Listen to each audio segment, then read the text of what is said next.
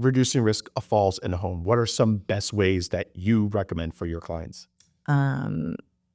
Remove those throw rugs. Yeah, remove the throw rugs. Make sure you have clear pathways. Remove the clutter. Where technology is just taking over. So all the cords to your phones and your chargers and all of that, just make sure they're out of the way. Encouraging them if they've been assessed by a PT and it was determined they need this type of assisted device for walking, encourage them to use it.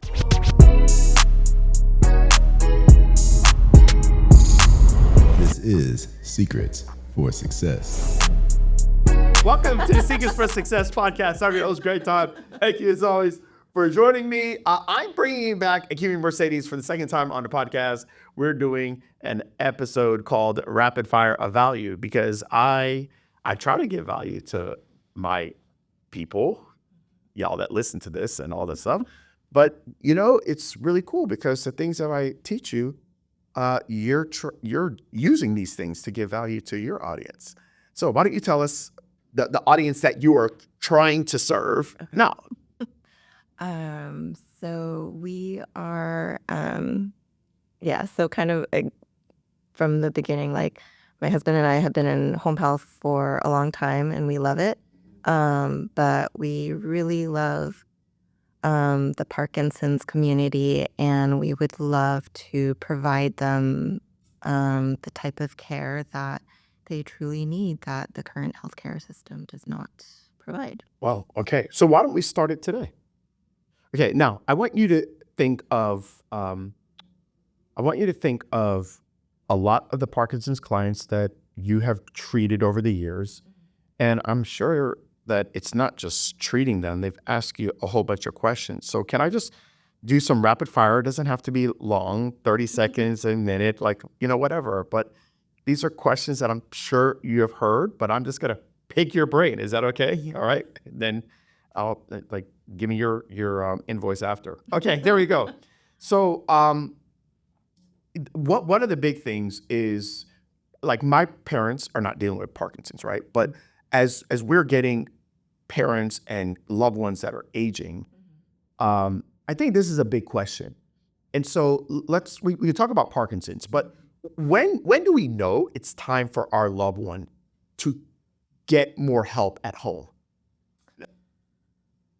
Yeah. Is there any kind of tips or tricks or things we should be looking for?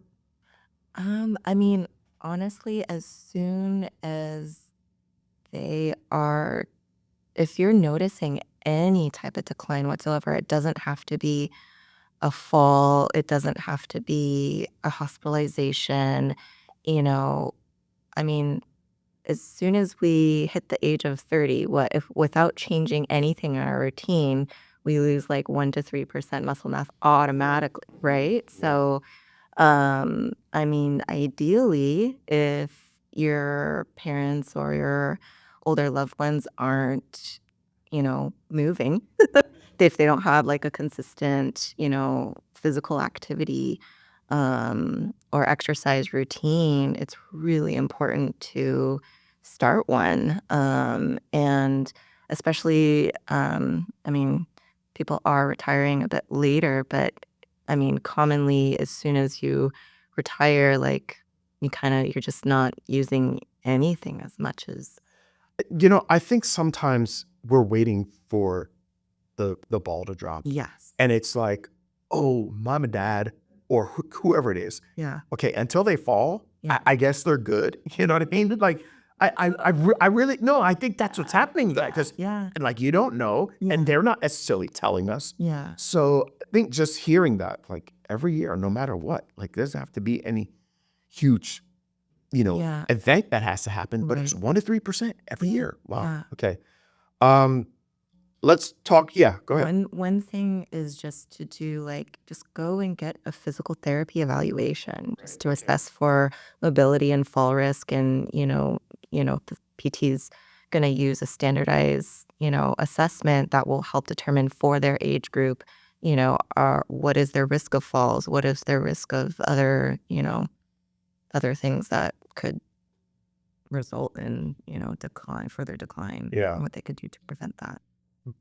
Off camera, Mhm. you have been kind of telling me a bit about just the wide array of Parkinson's. Okay, so I know that there, and I want to talk about both groups, right? Yeah. I know that there's a lot of people that are early onset Parkinson's, and we'll talk about that in a sec. But let's talk about those that it's really affecting them. Yeah. Okay, so I know that for my loved one, I want to figure out, all right, what's the first thing I need to do? How do I make things safer in the home? Yeah. And I feel like most of the time, a lot of the bad things are happening in the bathroom. Yes. So what can I do for my loved one that's struggling with Parkinson's to the point where you're starting to feel a little on edge?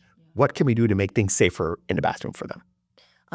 One of the biggest things we're most commonly recommending is grab bars at the very incredibly. Grab bars is one of the hugest things. So depending on, because there's 5 different stages of Parkinson's. So with the very last stage, they're probably not walking, or they're chair fast or bed fast. Right. But if they're using an assisted device, that can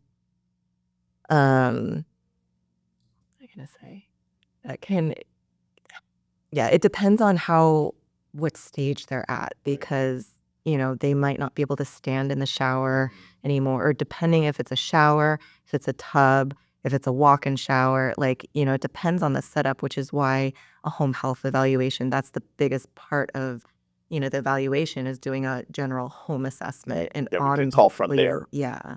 Level 5, whole different ballgame. Level 4, okay, might be these things. Level 3, maybe grab bars. Okay. Yeah. So how about exercises?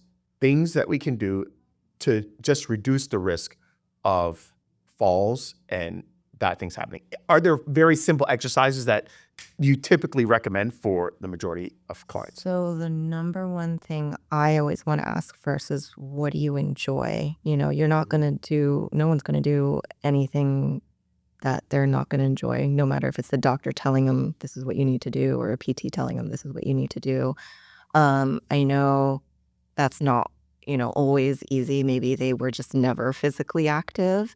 But the biggest thing is, we always hear about stretching and strengthening and aerobic activity, but amplitude training is one of the biggest, most important things, because typically as the Parkinson's symptoms progress, the movements get smaller, the body just gets stiffer.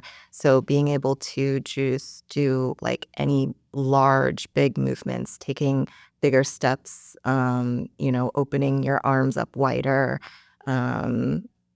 There's so many great programs out there. One of the most common, or one of the popular ones, is LSVT Big. LSVT Big? Okay. I'd have to look up what that stands for again. Okay. But there's LSVT Loud, because it started, I think, by a speech therapist, and just to help with the voice, not the amplitude of the voice, but the their volume. their volume. Amplitude. Yeah. And then it went to LSVT Big for movements. Gotcha. There's also Parkinson's Wellness Recovery, PWR, or POWER. Okay. They also work on amplitude. I think Rocksteady Boxing is a really popular one too. Gotcha. But there's a lot of great programs out there now, Parkinson's programs that, or exercise classes, whether it's yoga, tai chi, boxing, dancing. PD for dance is another big program. Gotcha. Okay. Reducing risk of falls in the home. What are some best ways that you recommend for your clients? Remove those throw rugs. Remove the throw rugs. Make sure you have clear pathways. Remove the clutter. Where technology is just taking over. So all the cords to your phones and your chargers and all of that, just make sure they're out of the way. Encouraging them, if they've been assessed by a PT and it was determined they need this type of assisted device for walking, encourage them to use it. I know sometimes there can be a bit of resistance with that change and accepting that they need some assistance walking and getting around. I think one of the tough things is, when you see someone and you feel like you need to help them, they get so offended. Yes. Like, oh my gosh, what? Like, no. Yeah. And so I know a lot of people struggle with, okay, how do I know how much to help Yeah. versus how much to kind of lay back? Right. Oh man. That really, I feel like so much depends on who you're dealing with, their personality. Are they just being very stubborn? Yeah. Or is it because the symptoms are exacerbated and they just need more time? Right. I think automatically as caregivers, we want to just jump in. And sometimes it's the opposite effect where, the client or the family member is more than happy to just sit by and go ahead and try my shoes and, put my shirt on and dress me. But one of the biggest things we're educating clients on is when the caregiver is the client, or, we're always helping both the client and the caregiver, but we're really teaching the client, you need to do as much as you can on your own. It doesn't matter how much time it takes. And then teaching the caregiver, you need to give them more time. You need to have the patience to allow them that continued independence. Gotcha. Okay. That is fantastic advice. Because I know that is a struggle for so many people. Yeah. All right. Yeah. I know there's different levels of Parkinson's, but most people are on some type of medication. Do you have any tips on how we're supposed to manage medication schedules? So again, it depends on, if like how, like what the type of learner you are, or what cues or what tools are most helpful for you. Okay.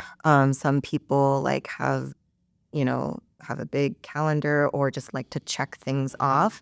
Sometimes just having the Medi set is enough for someone. Like The pill. yeah, the Misconceptions, yeah. Sometimes having an alarm on your phone, or if you have an Alexa or Google or something.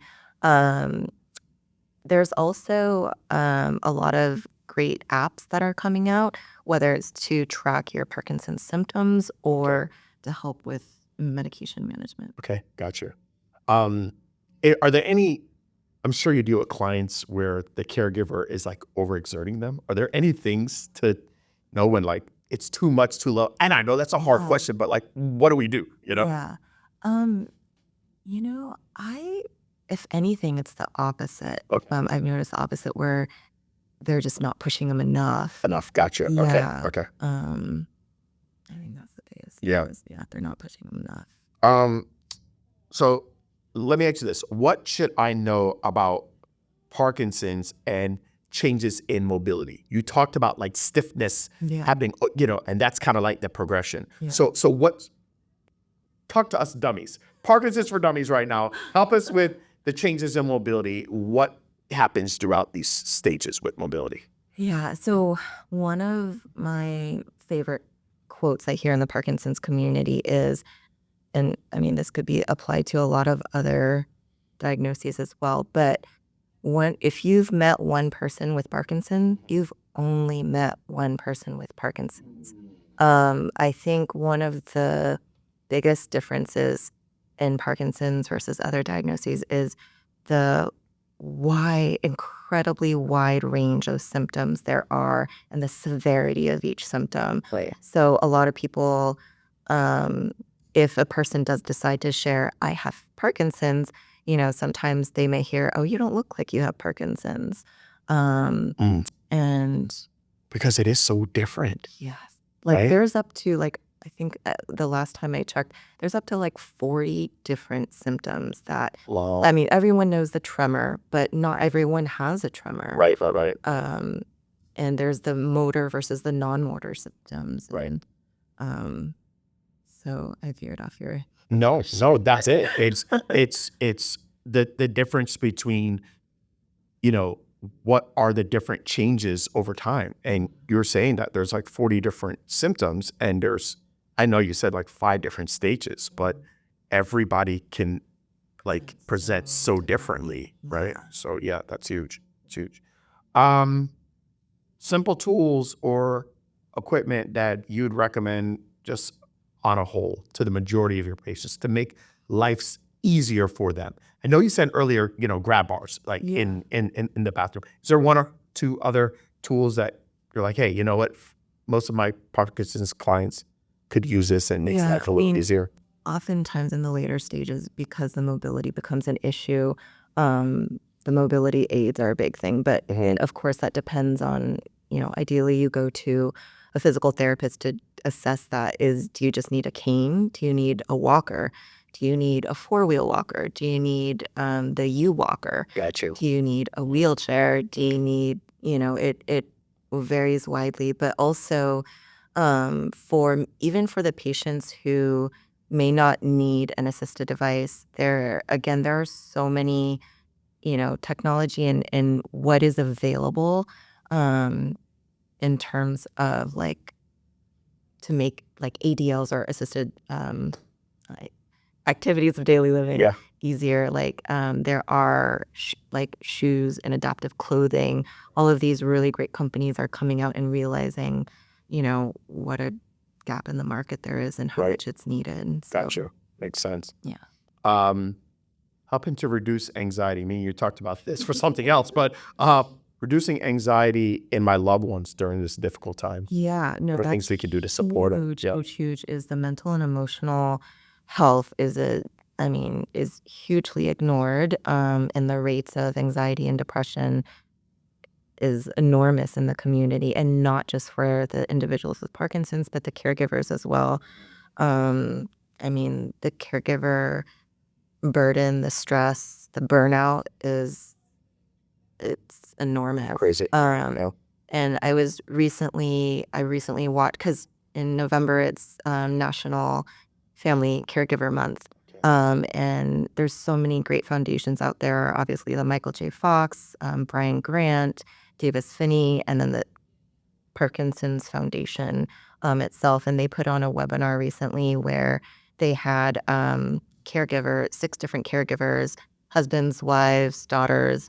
And one of the most common themes I found, what was most helpful for them individually and for their loved one struggling with Parkinson's disease, and then in their relationship, was professional counseling. It made a world of a difference. It's so interesting. The first 2 foundations that you talked about, I'm just thinking, Michael J. Fox was such a huge part of my childhood. Yeah, Right? And yeah, I mean, just so much. Back to Pure Tribute. Again, it's just amazing. Yeah. But you know who else? Brian Grant. I don't know if he was a basketball player. Yes. And he played for, I'm a Miami Heat guy. Okay. Like my car is blasted with Miami Heat everywhere. He played for the Miami Heat. And so it was like, oh my gosh, he has Parkinson's. And again, this is many years ago when he got, diagnosed. Yeah. And I remember I was just like, how? Yeah. Brian Grant, how? And it just shows you that it can happen to anyone. Yes. And I also thought, oh, is he going to walk around with shuffling it? And it didn't present like that to him yet. Yeah. And so that's when I started to I guess I was ignorant to Parkinson's, like that. You think the minute somebody has Parkinson's, they shuffle and they have your head down and da-da-da. You have this picture in your head and realize, wow, it really is such a wide array. Yeah. So it's so wild. Okay, can we go back to the safety stuff for a second? We talked about the bathroom. What are some things in the kitchen? I know you said no throw rugs. Is there anything else that you recommend? Keeping the whatever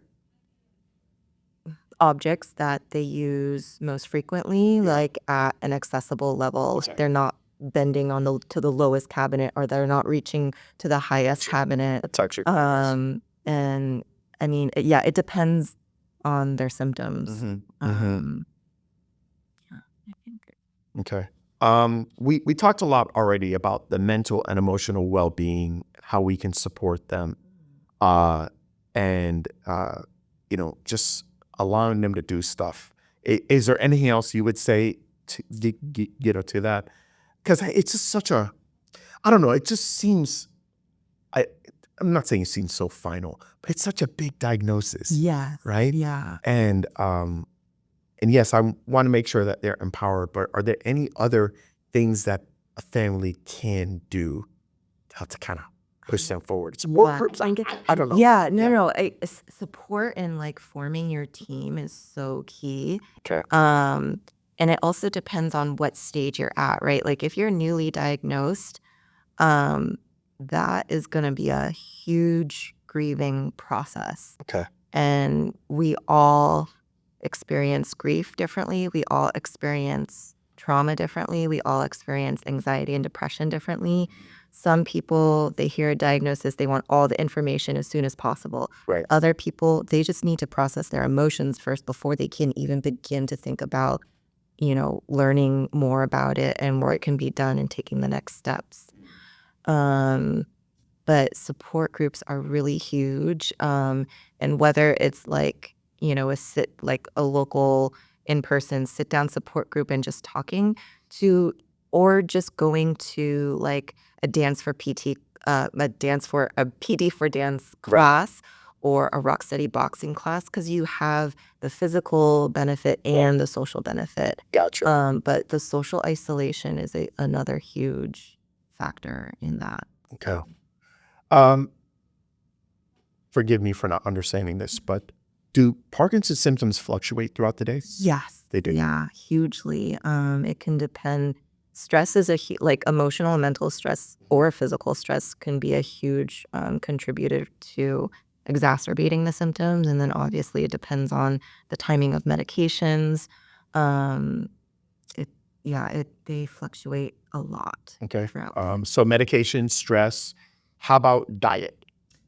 Can that change symptoms? Well, so you do want to make sure you eat reserve your protein like 30 to 60 minutes before you take your medication if it's the carbidopa. Okay. And then wait I think it's 1 to 2 hours after you consume the protein or take the medication to consume protein.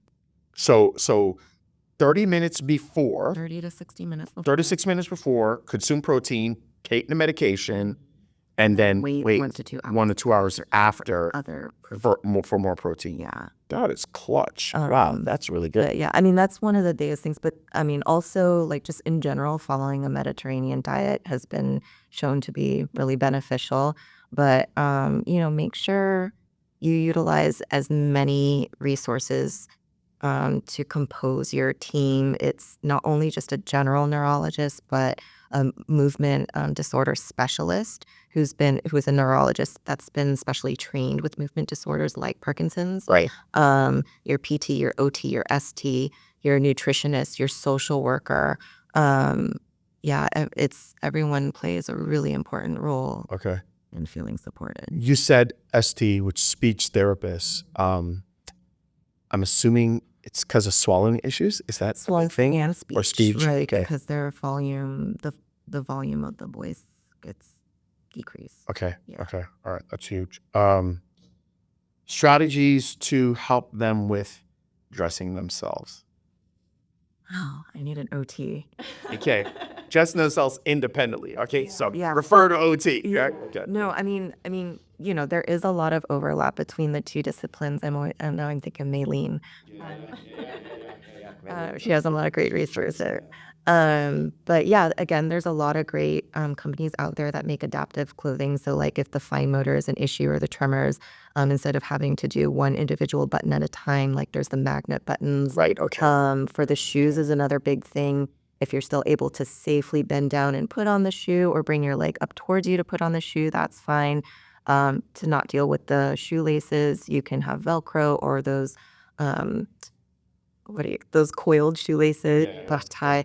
But I learned of a couple other great companies of where you don't have to bend down. You can just slip your foot into the shoe. Okay. But the shoe still has a backing. So don't use the shoes where you can just slide in and there's no backing to the shoe. Because we don't want it to slip out and Yeah. throw off their balance and whatnot. Okay. All right. There's some sensitive topics. Let's just deal with it. That they're starting to struggle with cleaning themselves. Yeah. How do you have that conversation? Yeah. It depends on, where the client's level of awareness is. Okay. And just their general safe self-awareness. And the cognitive aspect is another thing to consider. If, the dementia, it can start to set in. Sometimes it's earlier for some people, sometimes it's later.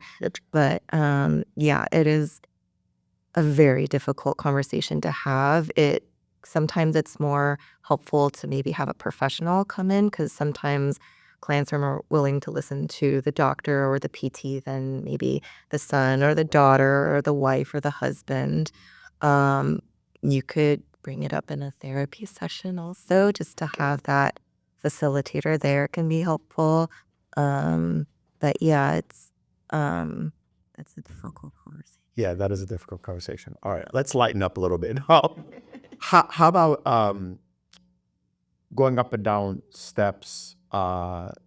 Just managing the home. Because I know we hit the bathroom, we hit the kitchen, but I feel like that's just another spot where things could get a little tricky. Yeah. Any advice or tips? Definitely handrail. Handrails. Unfortunately, not everyone even has a handrail for the stairs, so it's extremely important to get that installed as soon as possible.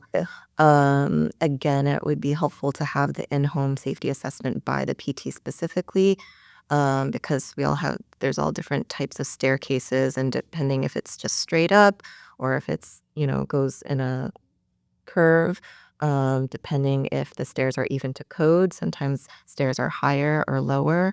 And then, it's just strategizing those like turns or those last couple steps. But definitely a handrail. Depending again on the stage of Parkinson's, it might be if it's financially feasible, sometimes the chairlift is something that they'll really need to do. Gotcha. Okay. Prepare for like doctor's visits. Yeah. Any advice you give to clients on how do I prepare for doctor's visits, whether it's a caretaker or the patient? Please come prepared with questions, because people always have questions before, like after meeting with the doctors. And, unfortunately, again, because of our current healthcare system, the doctors don't have a lot of time to spend with you. Yeah. It can be really helpful to have another person in there, just a second set of ears. There are actually like Parkinson's journals or notebooks that you can buy on Amazon to help keep track of notes and changes in your symptoms. But really trying to be as open and honest with the doctor as possible. Sometimes the client may not be as open and honest as the caregiver, because, just struggling with admitting, how you're progressing. Right. Okay. So. So I'm always tricked up with this. Parkinson's cognitive symptoms. Does it go with Parkinson's? Yes. It does. It is a huge combination of motor and non-motor symptoms. Okay. So there's Lewy body dementia, and it's just can start out just as forgetfulness. Right. There can be a lot of similarities with dementia. Okay. Can I actually like one or two more? Is that cool? All right. By the way, you're doing great. Okay. How, like, I know for me, I'm just thinking my family, especially my dad, which he doesn't have it, but I'm saying, I know I'm very routine. How do we create a daily routine? What you tell people. So important, because that can come into play with how their motor symptom or any of their symptoms, especially if it's the like bradykinesia or the slowness of movements, if it's their tremors, and the timing of their medications. You also have to work just with the body's natural rhythms. Like some people are morning people, some people are evening people. You're not going to try and wake a night owl up at 6 a.m. in the morning. Right. So, and like timing it with the medications, with knowing, what, like, knowing there's so much that is involved in the morning routine and bathroom and, dressing and getting ready for the day. And also considering what is the plan for the rest of the day. Right. Is it a big day with a big long appointment? Is it a big day visiting family? Or is it a day where you're staying home, but maybe your home health PT is coming? Right. And just if you do have a nice routine with like maybe a virtual support group or an outside exercise class, just it is a big balance of timing. Yeah. And yeah, but just having a plan is really important and a general routine. You don't want to get stuck in like that has to be done by a strict time. The biggest lesson is just learning to go with the flow. Go with the flow. You might have a plan for the day and it might not be able to happen. Right. Yeah. Okay. Here's my final question. Best way to communicate with family members about this new reality for them, Yeah. this challenges that we face. Yeah. Yeah. So conversations like in sharing the diagnosis or Not even just like, conversations? yeah, I think sharing the diagnosis is one, but also just the challenges that now come with this Yeah. new life. So I just think of like the caregivers, especially. Well, no, the client and the caregiver, because like setting boundaries, I think, is a huge thing because nobody else, even the other people on your team, whether it's the neurologist or um, I don't know, like anyone else on the team, and even maybe your therapist, no one else knows exactly what you're going through. It is so no one's in the thick of it like the caregiver and the client. Right. And so with the holidays coming up, for example, like, oh, we want you to come over. We're having this big celebration and, it's from 7 p.m. to 9 p.m. And knowing, just how to draw that boundary and, making sure that, sometimes the family might try and do a guilt trip on you and, oh, but, it's so important. And what about your grandkids? And, knowing that you just have to draw a line because this is about your health and safety, Right. whether for yourself or for your loved one, and maybe offering different alternatives for them. Like, we would love to spend time with the grandkids, but do you think you guys could maybe come over here for a little bit earlier in the day, or, something like that? Or if you're being pressured to host the holiday event, it's extremely difficult, but you have to draw those boundaries Right. with them. So boundaries, Yeah. having good boundaries. Wow. I guess you do know your stuff with this, huh? It's like all of Wow. No, this is fantastic. Fantastic. Okay. my words. So what we'll do is this. We'll put links below. We'll put in the show notes. I'll put different ways that people can find out about you and what you have to offer for the Parkinson's community. Thank you so much for being on the podcast. And I think that at some point you were actually in flow state. You were just talking about the stuff that like you were in your flow state. So I hope that after this, you don't have an hangover. By the way, if you don't understand what that means, go look for the other episode that I did with Akemi, and you'll know. Thank you so much for being on The Secrets for Success. That was easy.